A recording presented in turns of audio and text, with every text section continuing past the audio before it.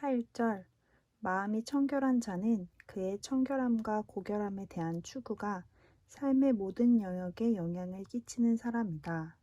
그들이 하나님을 볼 것이미요. 계시록 22장 4절에 나오는 이 말씀의 궁극적 성취를 보라.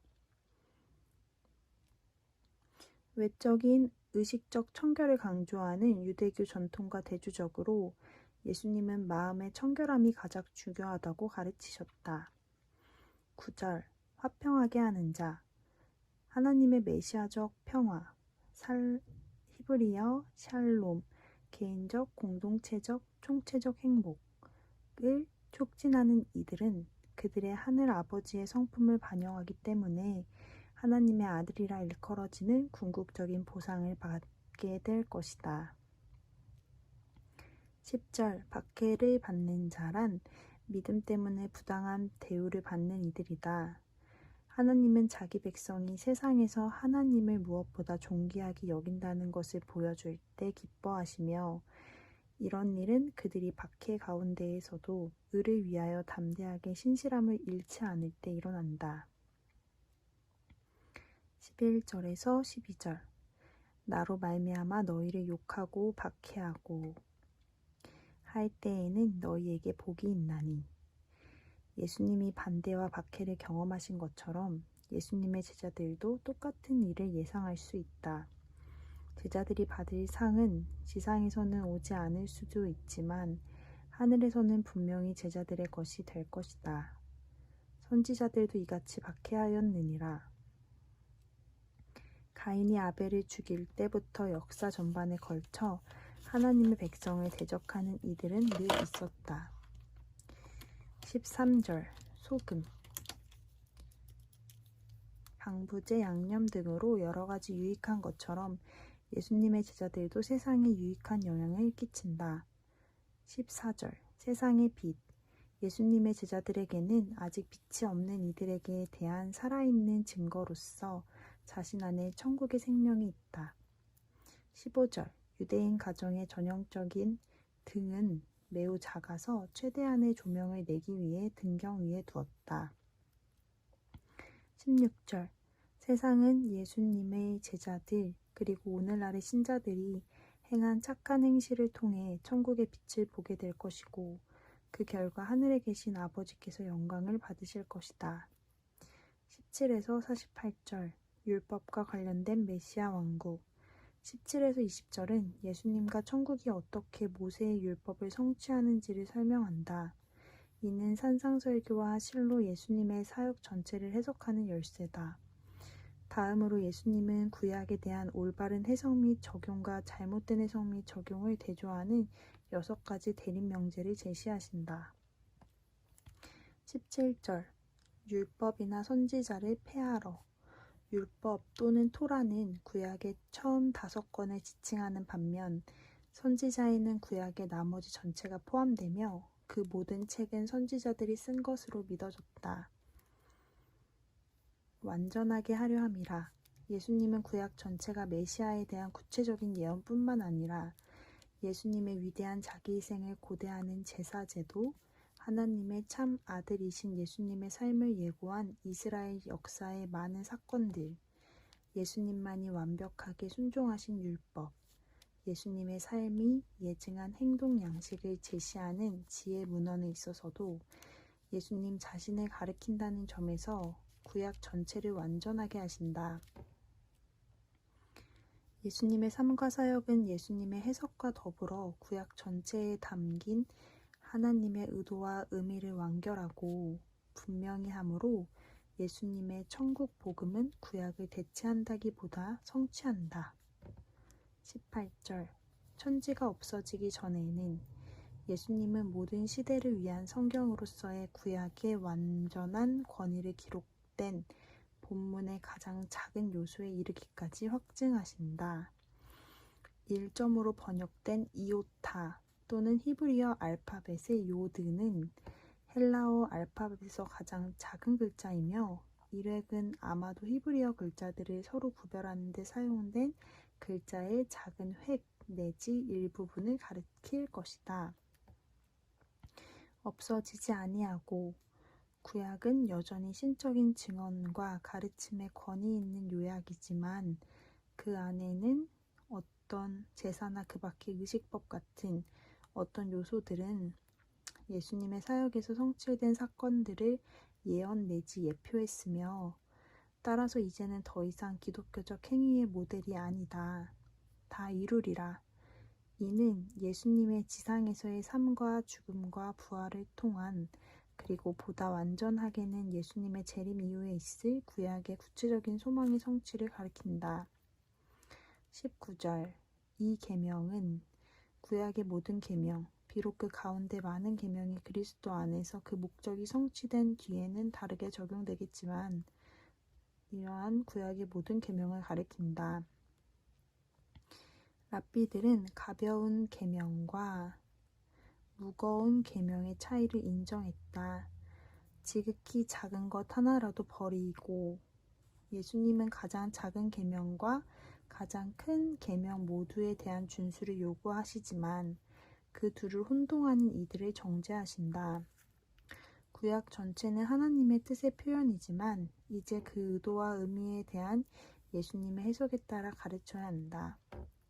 20절 예수는 제자들에게 서기관과 바리새인의 의와는 종류와 질이 다른 의를 촉구하신다. 그들은 성경의 많은 규정들에 대한 외적인 순종의 자부심을 느꼈지만 그 마음은 여전히 부정했다. 그러나 천국의 의는 먼저 변화된 마음과 새로운 동기를 낳음으로 안에서 밖으로 역사하며 따라서 예수님을 따르는 이들의 실제 행동은 사실 서기관과 바리새인보다 낫다.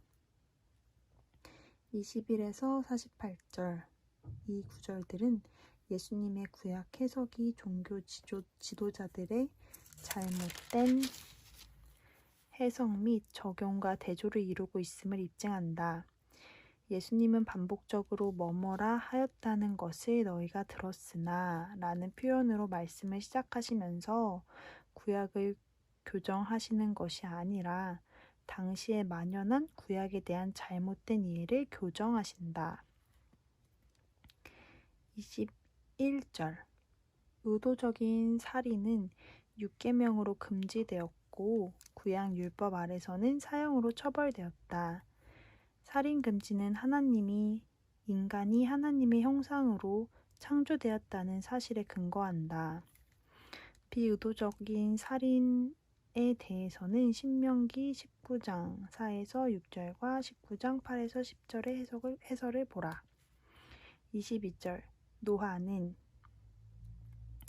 인간의 분노가 지닌 위험하고 파괴적인 효과도 마찬가지로 성경 전체에 걸쳐 강조된다. 분노는 대체로 어떤 인격적인 측면에서나 말 그대로 살인의 형태로 다른 사람을 해하거나 파괴하려는 욕망을 수반한다. 누군가를 미련한 놈이라고 부르는 것은 한 사람의 성품과 정체성에 대한 파괴적인 공격을 나타낸다는 점에서 분노와 밀접한 관계가 있다. 따라서 예수님은 이렇게 극악한 방식으로 다른 사람을 모독하는 사람은 지옥불에 들어가게 된다고 분명하게 경고하신다. 22에서 23절 먼저 가서 형제와 화목하고 원망 들을 만한 일이 있는 사람과의 화해는 예물을 제단에 드리는 일보다 우선해야 한다. 여기서 먼저 화해를 시도하는 사람은 다른 사람에게 잘못을 저지른 사람이다. 25에서 26절 급히 사화하라. 화해의 중요성은 법정에서 곧 재판받을 사람의 예를 통해 설명된다. 화해하지 않으면 인간적인 차원에서도 재앙적인 결과가 나타나겠지만 하나님과 화해하지 않으면 더욱더 그러할 것이다. 27절 간음은 다른 사람에게 해를 끼치는 것은 물론 하나님과 하나님의 백성 사이의 관계를 반영하는 결혼 언약을 깨트리는 것이므로 극도로 심각한 범죄로 여겨졌다. 28절 음욕을 품고 헬라어 프로스 토 에피티메사이 아우텐 직역하면 그녀를 욕망할 목적으로 음욕은 한 사람의 정체성과 의지의 중심인 마음에서 시작된다. 육체적 순결을 유지하는 것만으로는 충분하지 않다. 정신적으로도 불륜을 저지르지 않도록 조심해야 한다. 예수님은 구약 율법을 보충하시는 것이 아니라 정확하게 해석하고 계신다. 십계명에서도 하나님은 마음의 순결을 요구하셨기 때문이다. 29에서 30절 오른눈 오른손 오른쪽은 종종 보다 강력하거나 중요한 것을 상징했다. 눈은 음욕의 유혹을 받는 매개체이며 손은 음욕에서 비롯되는 육체적 행동을 나타낸다. 찍어내버리라. 예수님은 배우자에 대한 전적인 헌신을 유지하는 일의 중요성을 강조하기 위해 의도적인 과장법을 사용하신다. 아무리 귀중한 것이라도 그것이 사람을 죄로 인도한다면 버려야 한다. 31에서 32절 고대 세계에서 이혼 증서는 여자에게 재혼할 권리를 부여했으며 예컨대 미시나 기틴 9.3 이혼 증서에서 필수적인 문구는 보라 너는 아무 남자와도 결혼해도 좋다이다. 이혼과 재혼이 1세기 세계에서 널리 용인되고 행해졌다는 사실을 반영한다. 나는 너희에게 이르노니 라는 말씀은 예수님이 31절에 표현된 손쉬운 이혼 관행을 받아들이지 않으셨음을 보여준다. 이혼은 고대에 만연했으므로 하나님은 모세를 통해 결혼의 신성함을 지지하고 여자들이 아무 이유 없이 이혼당하지 않도록 보호하려는 의도의 규례를 제정하셨다. 이곳과 19장 3에서 9절에서 예수님은 결혼이 한 몸으로서 남녀의 항구적인 연합이 되어야 한다는 하나님의 원래 의도를 가르침의 근거로 삼으신다. 이혼은 그 연합을 깨트린다. 음행은 간음, 매춘 또는 간통을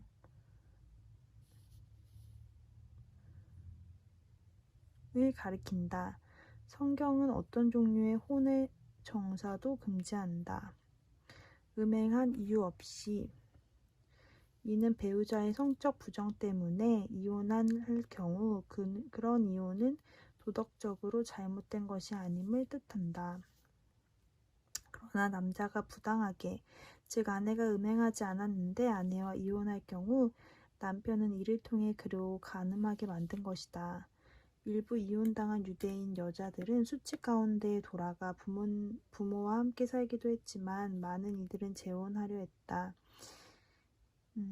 예수님은 이처럼 그런 재혼은 간음에서 시작됨을 보여주신다.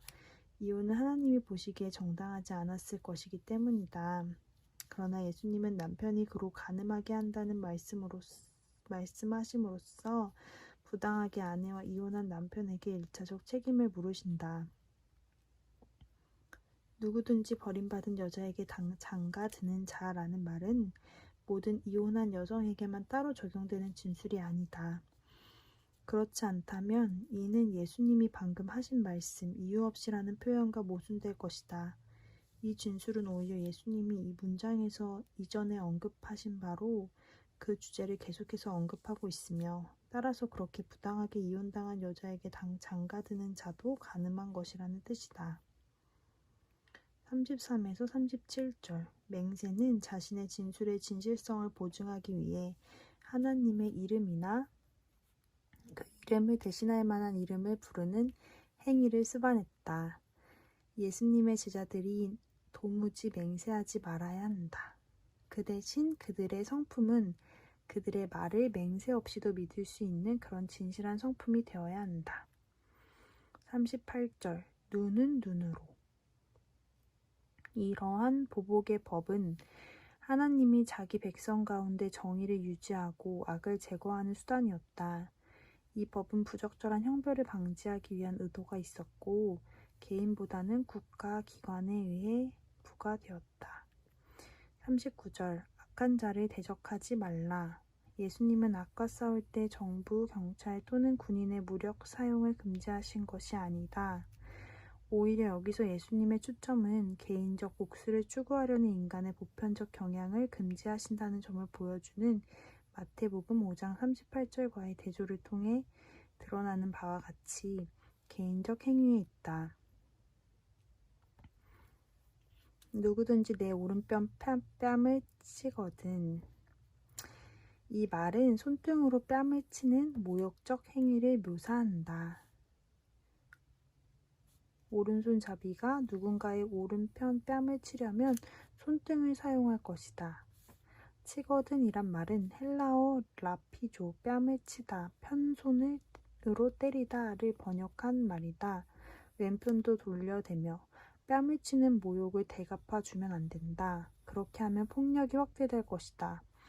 보다 심각한 폭행의 경우에는 예수님의 말씀을 정당방위를 금지하거나 악에서 피하라는 뜻으로 받아들여서는 안 된다. 폭력적인 공격에 대항하지 않으면 종종 훨씬 더 심각한 학대를 초래하기 때문이다. 공격하는 자를 향한 사랑의 행동은 종종 그로 하여금 추가적인 공격을 시도하지 못하게 하기 위한 조치를 취하는 일을 수반할 것이다. 예수님의 가르침은 이와 비슷한 상황을 다룬 관련 성구에 비추어 지혜롭게 적용해야 한다. 42절 내게 구하는 자에게 주며 그리스도인은 참으로 궁핍한 그래서 구하지 않을 수 없는 이들을 도와야 하지만 어리석게 퍼주거나 궁핍하지 않은 게으른 사람에게 주거나 주는 행위가 유익보다 해가 되는 곳으로 줄 필요는 없다. 43절 내 원수를 미워하라 하였다는 것을 너희가 들었으나 구약에서는 결코 원수를 미워해야 한다고 말하지 않는다. 이는 너희가 들었으나 라는 진술에서 예수님이 구약 그 자체가 아니라 구약에 대한 잘못된 해석만을 바로잡고 계심을 보여준다. 하나님의 악에 대한 증오는 구약의 중심 주제였다. 그 결과 악을 구체화한 이들은 하나님의 원수로 이해되었으며 그들을 미워하는 것은 자연스러운 일이었지만 하나님은 결코 그런 증오를 명령하시지 않았다. 44절 너희 원수를 사랑하며 하나님은 악을 미워하시지만 이 세상에서는 지금도 일반 은총 하나님이 신자들이 아닌 모든 사람에게 베푸시는 은총을 통해 심지어 자신의 원수들에게도 많은 복을 베푸신다. 이런 복은 신자들을 회개에 이르게 하도록 의도된 것이다. 물론 어떤 의미에서 하나님은 부끄러워하지 않고 단호하게 악한 이들을 미워하시지만 하나님의 일반 은총의 복은 지금 여기서 인류를 향한 하나님의 일차적인 섭리적 행동을 이룬다. 45절 아들 하늘 아버지의 자녀는 예수님의 사역에서 표현된 하나님의 뜻에 응답하는 이들이다. 비 하나님은 모든 피조물에게 은혜와 보호를 베푸신다. 그러므로 예수님의 제자들은 하나님을 본받아 이웃과 원수를 함께 사랑해야 한다. 46에서 47절 팔레스타인에서 세리는 로마 정부 당국의 대표자였다. 그들은 착취에 의존하는 경향 때문에 동포에게 경멸과 미움을 받았다. 그리스도인은 단순히 불신자들과 같이 행동해서는 안 된다. 신자들의 변화는 삶에 현저하게 큰 사랑을 베푸는 행동으로 귀결되어야 한다.